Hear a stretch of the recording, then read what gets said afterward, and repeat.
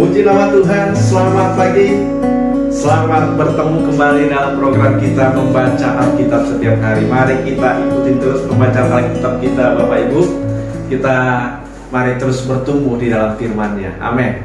Pada hari ini kita masuk dalam edisi 27 Januari. Sebelumnya kita berdoa. Terima kasih Tuhan untuk pagi hari yang indah ini. Kami boleh bertemu di dalam program kami ini. Tuhanlah memberkati. Tuhan memberkati firman-Mu hari ini menjadi rema dalam kehidupan kami. Di dalam Yesus Kristus kami sambut firman-Mu. Haleluya. Amin. Baik Bapak Ibu, hari ini tema kita Tuhan menuntun umat-Nya. Tuhan menuntun umat-Nya. Tuhan menuntun kita. Amin. Tuhan menuntun gerejanya. Haleluya. Saya akan bacakan bagi kita Keluaran pasal yang ke-13 ayat 21 sampai yang ke-22. Tuhan berjalan di depan mereka pada siang hari dalam tiang awan untuk menuntun mereka di jalan, dan pada waktu malam dalam tiang api untuk menerangi mereka sehingga mereka dapat berjalan siang dan malam. Ayat 22, dengan tidak beralih tiang awan itu tetap ada pada siang hari, dan tiang api pada waktu malam di depan bangsa itu. Saudaraku yang kasih Tuhan, Allah sendiri yang menuntun melalui tiang awan dan tiang api. Ini adalah lambang dari pertuntunan Tuhan. Tiang api, tiang awan, ini yang menjadi lambang dari kehadiran Tuhan yang senantiasa menuntun setiap langkah umat-Nya. Amin, saudaraku. Bapak Ibu yang dikasihi Tuhan, kita melihat di ayat yang ke-17, setelah Firaun membiarkan bangsa itu pergi dengan cara yang luar biasa, saudaraku ya, akhirnya Firaun harus membiarkan bangsa itu pergi. Allah tidak menuntun bangsa Israel ini melalui jalan ke negeri orang Palestina. Padahal dikatakan saudara, jalan ini adalah jalan yang paling dekat. Dikatakan saudara di dalam Ulangan pasal yang pertama ayat yang kedua, sebetulnya jarak antara Mesir dengan tanah Kanaan itu cuma 11 hari perjalanan. 11 hari perjalanan, saudara. Tetapi bangsa Israel di sana berjalan dari Mesir menuju tanah Kanaan selama 40 tahun. Tapi saudara, kenapa Tuhan harus menuntun mereka dengan lewat jalan lewat jalan yang tidak jalan pintas itu, saudaraku? Jangan-jangan bangsa itu menyesal apabila mereka menghadapi peperangan, kata Tuhan, saudara, sehingga mereka kembali ke Mesir. Bukankah jalan yang paling dekat itu menghemat banyak waktu? Ya nggak, saudara? Secara logika, saudara ya. Presiden kita membangun banyak jalan tol di negeri kita ini supaya apa?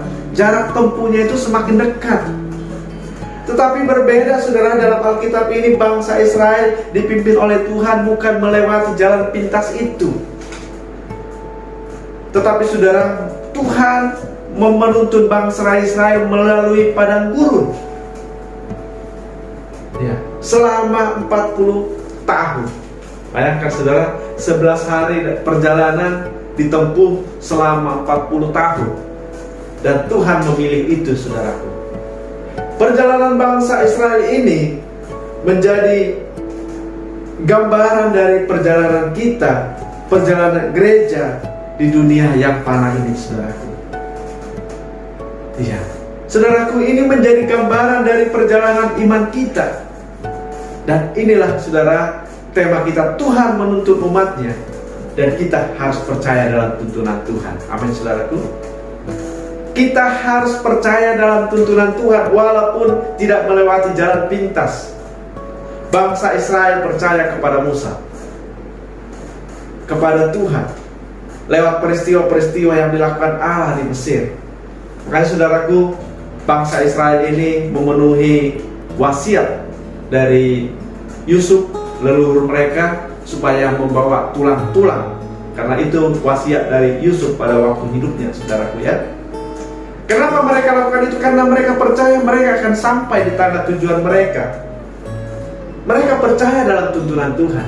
Mari jemaat Tuhan, kita percayakan hidup kita dalam tuntunan Tuhan, bahwa kita akan sampai ke tanah Kanaan, tanah perjanjian, rumah Bapa di surga. Amin, saudaraku.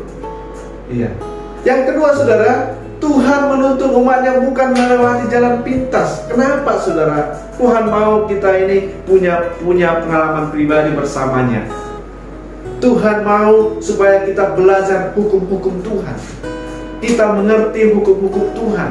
Kita harus mau belajar hukum-hukum Tuhan. Kita mau belajar ketetapan-ketetapan Tuhan. Inilah yang Tuhan mau terhadap orang Israel.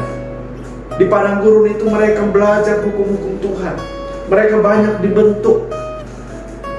Karena Tuhan mau, saudara, mereka menjadi umat yang taat, umat yang tahu aturan, umat yang teratur, umat yang tunduk kepada hukum Tuhan.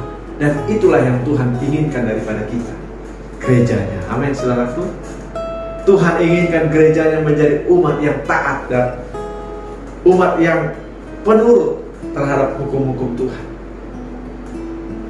Yang ketiga, saudaraku, bagaimana Tuhan menuntun gerejanya.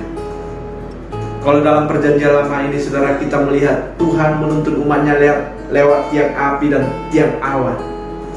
Tapi saudaraku, dikatakan dalam Mazmur pasal yang ke-119 ayat yang ke-105 dikatakan, firman-Mu itu pelita bagi kakiku dan terang bagi jalanku.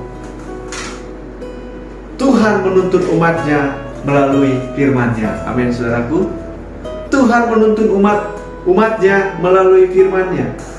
Makanya saya sangat rindukan, saudara, kita jemaat-jemaat Tuhan, kita ikuti terus pembacaan Alkitab kita ini sampai dari Kejadian sampai Wahyu kita baca, saudara. Amin. Supaya apa, saudara? Supaya kita punya bekal, kita punya pengertian di dalam Tuhan, dan kita dituntun oleh firman-Nya. Dikatakan dalam bacaan kita hari ini, saudara, Keluaran pasal yang ke-15 ayat 26 dikatakan, firman-Nya, jika kamu sungguh-sungguh mendengar suara Tuhan Allahmu dan melakukan apa yang benar di matanya, dan memasang telingamu kepada perintah-perintahnya, dan tetap mengikuti segala ketetapannya, maka aku tidak akan menimpakan kepadamu penyakit manapun yang telah kutimpakan kepada orang Mesir, sebab aku Tuhanlah yang menyembuhkan engkau. Dikatakan, saudara, aku tidak akan menimpakan penyakit apapun. Tapi, saudara, ada syaratnya di sana. Apa, saudara? Jika kau sungguh-sungguh mendengarkan suara Tuhan dan juga mengikuti segala ketetapan-ketetapannya. Jadi bangsa Israel ini dilatih untuk mereka boleh mengikuti ketetapan-ketetapan Tuhan. Jadi kalau kita mengikuti ketetapan-ketetapan Tuhan, maka janji Tuhan apa, saudara? Aku tidak akan menimpakan penyakit manapun. Demikian Tuhan menuntun umatnya, saudaraku. Lewat apa? Lewat firman Tuhan. Lewat Alkitab kita ini, saudaraku, ini menjadi tuntunan hidup kita, menjadi pedoman hidup kita. Saya sangat percaya orang yang sungguh-sungguh mengikuti pembacaan Alkitab setiap hari secara disiplin, saudara, maka dia akan bertumbuh, imannya akan bertumbuh, maka dia menjadi orang yang teguh di dalam imannya. Dia akan mengikuti ketetapan-ketetapan Tuhan dan hidupnya akan menjadi berkat. Amin, saudaraku. Demikian renungan kita pada siang hari ini, kiranya memberkati. Kita berdoa.